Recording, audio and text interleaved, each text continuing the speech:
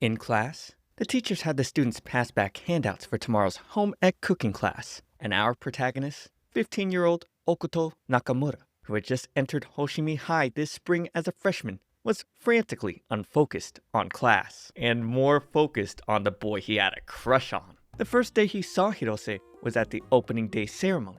Nakamura stood slumped and tired as the principal gave the welcoming speech, until he saw Hirose's light, curly, chestnut hair, big, round, gleaming eyes, and he marveled over Hirose's slightly tanned skin, as well as his expressions that changed every second. But more than anything else, Hirose's wonderful smile. It was a shock he'd never had before. Definitely love at first sight. Oh, oh. What is it? Dang.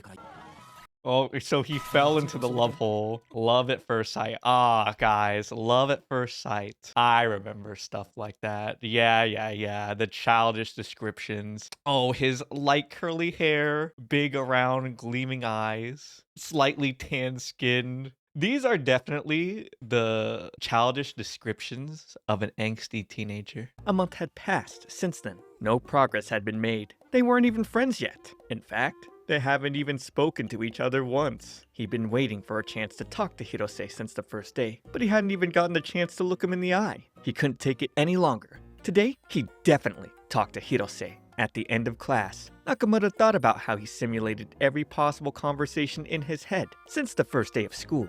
He went up to Hirose, asking, "How are you this fine day? Why don't we go to a fancy cafe together?" Except that didn't happen. It was just his imagination. He inched his way over, but before he could squeak out a word, his brain overloaded at the sight of the eraser. He didn't calculate for this. He sighed after Hirose picked it up and suddenly questioned what he was so scared of. It wasn't that different from what he had in his head. Bro is overthinking too much. First romance, just think less and get it over with. Heading towards Hirose, he took a sharp turn as his crush began to stretch. Then sat depressed at the desk over. He just couldn't get it done. With Hirose's friends calling him ready to leave, Nakamura felt a sense of urgency. He slapped his own cheeks, got up, and inched closer and closer. Hirose stood up abruptly, having finished his work. He turned back to look at Nakamura with a quizzicalness, and our MC got flustered and ran away. He hid his head in the book cubbies, thinking about how whenever he saw Hirose's face, his head went blank. But now reflecting over the fact their eyes met for the first time, he thought Hirose was so cute. He watched his crush leave, and suddenly, Hirose's handkerchief fell out. Nakamura, of course, imagined a whole scenario where he'd give it back to him in a charming, romantic fashion. He thought this was his chance. Divine inspiration, the natural starting point for a relationship. He turned to stone though, with a female classmate going to pick it up. He hurried, he rushed, slamming it down with an overly dramatic stomp. His classmates were appalled, even more so as he picked up the stepped-on handkerchief and presented it to Hirose. Returning home, he ran straight to his room and began to scream. He thought for sure Hirose hated him now. He cried to his pet octopus Ichan, who raised his tentacle to the glass. With this, Nakamura was determined. It was too early to give up. High school life just started. They'd have more opportunities to talk. We moved to cooking class. Today, they'd be making cucumber salad, miso soup, and grilled fish. Nakamura would eavesdrop to listen in on Hirose's friends, mentioning that, with him missing, they couldn't finish making the miso soup. Hirose hurried in late, and Nakamura began to gush over his sweaty handsomeness. He was late because he had to grab his apron. Putting it on, Nakamura fell back. He was grateful to see how cute Hirose was in his apron. He then had imaginations as the two of them being newlyweds. Hirose would be up early telling him good morning, giving him his coffee, then offering him toast or rice for the day. But with Nakamura saying, "I think I'll have you first, Hirose," that was a little too much. Getting too lost in the sauce, his performance in cooking class went horribly bad. Everything went wrong. He still hadn't managed to talk to Hirose yet, and he was slowing everybody down. He also had difficulty getting closer with Hirose's two buddies always next to him. The teacher would suddenly get called to have a word with another, so she told all the students to stop and only do things that didn't require fire or knives. Hirose spotted something he hadn't expected. Live octopuses! Nakamura rushed over thinking they were so cute, but none of the students remembered hearing anything about cooking octopus today. He got irritated with the students being creeped out and unable to see how cute they were. Picking one up, he thought about how the common octopus was smart and strong, and the moms loved their kids. But now wondered if he totally creeped out Hirose. Looking back, he could see Hirose was staring, and now thinking he might have freaked him out. Much to his surprise, Hirose would also pick up an octopus and enjoy the slippery feel of the tentacles touching him. Apparently, they cut this scene from the manga, and people on Twitter are mad about it. Not gonna lie, I'm pretty impressed by the art detail. Remembering that they might have to cook them, Hirose said they should help the octopuses escape. He supposed they'd just have to hide them until school was over. Seeing Hirose turn the faucet to keep them hydrated, Nakamura stopped him because fresh water was deadly for these sea creatures. The students then speculated on what to do, with the fear impending of the idea of the teacher returning ready to chop them up. Another teacher would come in and eventually clear up this misunderstanding. These creatures were here for observation in class. All the teachers had been searching for them, and he was surprised they ended up here. Class continued, and Nakamura was disappointed with another day going by and no progress made talking to his crush. Then got surprised because Hirose would approach him, asking what he was doing in the corner. Hirose thanked Nakamura. Because of him, the octopuses survived. Nakamura stood wide-eyed as Hirose clamored about touching an octopus for the first time. He enjoyed the feeling of their suctions on his skin and laughed over the marks left over. Nakamura was about to ask him to be his friend, but Hirose would get distracted by another octopus in the sink. He'd pick it up, and unfortunately, it'd spray Nakamura in the face with ink. This gave Hirose a laugh. Even though he wasn't able to make any progress, Nakamura was happy to be a little closer, accepting the fact he was shy, gay, and in love with Aiki Hirose. Just like I'd be in love with you liking the video and subscribing to the channel. That's right, guys. We're going full swing with the gay stuff on this channel, and occasionally other things I can't cover on main. I'm building up the boy love videos here, so you better subscribe if you want more. Watching without a YouTube account? You better make one and subscribe to me anyway, or else boy love is over. So come on, hit that subscribe and I'll be your guy. Not a gay one though. While taking notes, Nakamura went over another set of monologuing internally, describing himself as shy and gay and in love with Hirose. He's gonna keep doing this, so of course, I'ma skip it moving forward. He apparently reads boy love manga every night and studies them as gospel on how he can have his own romance. Guys, this is bad advice. Do not get all your experience from manga and anime. Learn maybe from your parents if you're young, but mostly trial by fire. He describes his love guide BL manga, Lovable Lunches, a thrilling rom-com between the passionate, reliable Makunochi and Taku, who gradually comes to terms with his feelings. In the last volume, Makunochi admits his feelings. Nakamura wanted to be as assertive as him. He thought Taku was cute and reminded him of Hirose. He was being so loud and annoying, his sister had to come in to tell him to shut up. At school, the female classmates were talking about the latest anime based on a shonen manga. It's about a bodyguard who gets saved by the heroine, and he apparently has a coworker slash rival who's all cool and handsome. So this girl started looking at them in a BL way? Oh my god, is this my viewers again? No, it's like Deku and Bakugo all over again. Hifumi noticed a cockroach, and the girls began screaming and running away. However, how it's depicted is the little cockroach being happy and joyful, smiling and telling everyone it's come to visit. Personally, I've never seen one in real life, so are they this cute?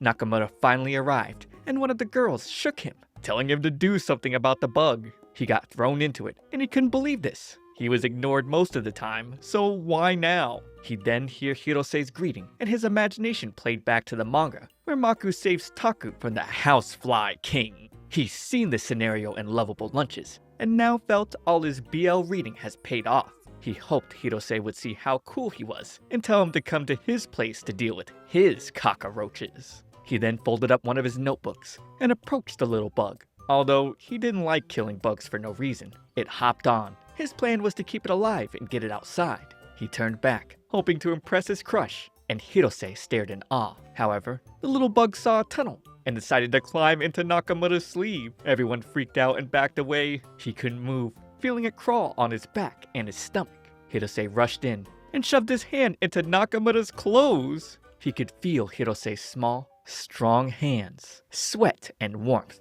until he touched something else.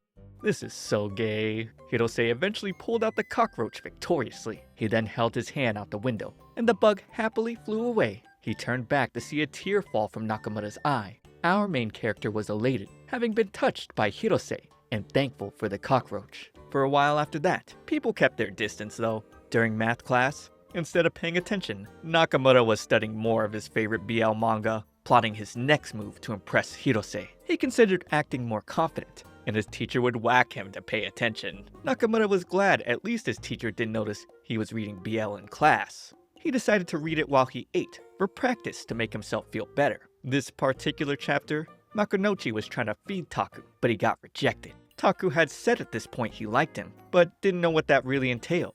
That's when Maku wiped the food off Taku's mouth and said, "Don't worry, I'll make sure you know exactly what it means." He then presented more food face to face, adding, "This is my special, love-filled, super sweet tamagoyaki. First, taste this." Taku swallowed and said it was delicious. Nakamura was full, both from eating and the heart now. He'd love to have lunch with Hirose someday, like in the manga. They could feed each other. He imagined having Hirose say, "Ah," and asking him, "How's my special octo-wiener?" Hirose would then ask Nakamura if they could put octo-wieners in each other's mouths every day. Okay, he didn't say that, but I just felt I had to. Walking in the hall, Nakamura tripped over a bucket and fell. Who came to check on him?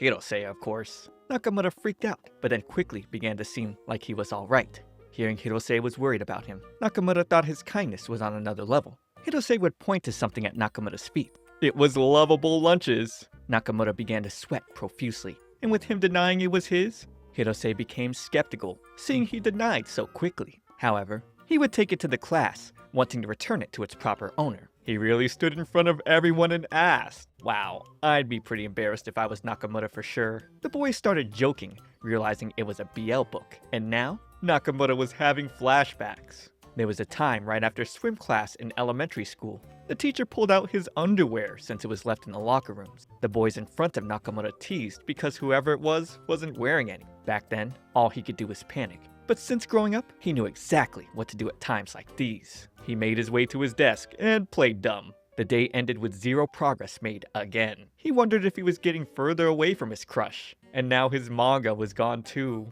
He headed into the teacher's office to get a new form for his bike, and found Kaoru-sensei reading his book. Apparently, Kaoru thought it was pretty good. He was sure whoever it was probably too embarrassed to get it, considering its strange premise. But he figured exactly what I've been thinking the entire time. The owner of this book is naive about love. Nakamura shrank further and got his bike form. On his way home, he'd stop by the bookstore to get another copy of Lovable Lunches. And of course, he'd somehow come across Hirose greeting him. Hirose pondered on it a bit, but eventually remembered his name, calling him Cockroach Boy Nakamura. The guy who stepped on his handkerchief and had an octopus spit ink at him, Nakamura. He remembered him because it was so funny. Despite Nakamura's embarrassment, Hirose greeted him kindly, and now they'd finally both introduced themselves to each other. Hirose would ask about the manga in Nakamura's hand, but our boy made the excuse it just fell off the shelf and he was putting it back. Hirose would ask about the section and Nakamura stammered, admitting boys love. Thinking back to the manga he saw earlier, Hirose went, so you read it too? Even though Nakamura tried to deny it. Oh my god, look at Hirose's face. So smug and goofy. Nakamura was again embarrassed, but Hirose then simply said, well, different strokes for different folks. He thought it was fine that Nakamura read this stuff. It eased Nakamura's heart. Hirose helped him realize he wasn't doing anything wrong, so there was no need to hide it. Maku would always have his head held high, surely. He'd then show Hirose the next book he was looking for. But apparently it was so bad they redacted it? Is it X-rated? Who knows? Hirose got embarrassed, saying different strokes for different folks again and hurried out. Nakamura once again found himself in an embarrassing position. After realizing he could never be Maku, he stopped trying to learn lessons from BL. On another day at school, Nakamura's class was cleaning up the music room. Hifumi and her friends then started imagining a love triangle between Hirose and Takuchi. The BL shipping is never ending. Even when Nakamura came into view, it was like he didn't exist to them. As a 15-year-old high school student, Hifumi was shy and a fujoshi. During sketching class, Nakamoto thought the whole thing was a drag. This was until he heard Hirose would be modeling. With Hirose standing in the middle of the class, this was the perfect chance for Nakamoto to stare all he wanted. He waited so long for this. He would burn all the things he saw while sneaking glances into his mind. Hirose noticed Nakamoto staring into his soul, and that made him a bit uncomfortable. On the other hand, Nakamoto admired all his features. Hirose's eyes were so sparkly, his lashes were long, and his lips were so plump. The longer Nakamoto looked, the cuter he was. He couldn't stop drawing. Believing his drawing was the best in the class, that thought was shut down as soon as he saw Hifumi's. He couldn't help but stare at her drawing, and she felt uneasy with eyes on her. At the sound of the bell, she quickly packed up her things and left the class. Freaked out, she wondered what she could have done, but right now, getting back to class would be a relief for her. Unexpectedly, Nakamoto caught up to her, asking her name. At first, she thought he was hitting on her, but he said he was a fan and asked for her drawing. He's that down bad, huh? She gave it to Nakamoto, and he was filled with so much joy. On the other hand, Hifumi didn't know how to react to having a fan. It was obvious it made her feel good. In class, Hifumi was lost in thought. She'd freak out when her friends asked which boys she was into, but they meant which boys she'd ship together. She thought Hirose was kinda cute when she sketched. Hearing that, Masako and Yuka urged her to sketch the fantasy. Working faster than the eye could see, Hifumi satisfied their curiosity. They'd take a look at her other sketches and got curious. Seeing an image of Nakamoto, Hifumi quickly snatched away the sketchbook, feeling embarrassed. When she came clean, they teased her about her crush. Yuka said he looked like someone drew a face on a mushroom. Damn, she didn't have to be that ruthless. They just didn't get how Hifumi felt. She admired how Nakamoto's eyes were so clear and earnest when looking at them up close. Seems Nakamoto wasn't the only one in love. Oh my. Gay love triangle with straight Fujoshi. This is gonna be a mess. As he entered the class, Hifumi's friends urged her to ask him out and even give him a portrait. Of course, she was too shy. But at this rate, she'd never make any progress. With Yuka wanting to hand over the sketchbook herself, they all started fighting over it. Amidst the struggle, the sketchbook fell open right in front of Nakamoto. Seeing the sketch of him and Hirose, he ignored it and walked over to his seat. Whatever chances of love she would have had, Hifumi felt that was long gone. Surprisingly, Nakamoto approached shortly after, asking her to draw sketches of him and Hirose in his notebook. The request left her speechless. When she was done, he was moved to tears. Flipping through the pages, he didn't expect that she'd draw a whole manga. After thanking her, he left, saying they'd see each other later, and that was the perfect excuse Hifumi had to talk to him again. We turned to PE class, where Neo, Kaoru, would be stepping in for Shimada as their teacher. Instead of badminton, they'd be playing volleyball today. Kaoru was known for being strict. On the other hand, the girls would be playing badminton. Since they were having PE with the boys, Hifumi would get to see Nakamoto. When he came on for volleyball, she eagerly watched to see how good he was. Taking a stance, the girls thought they were in for a show.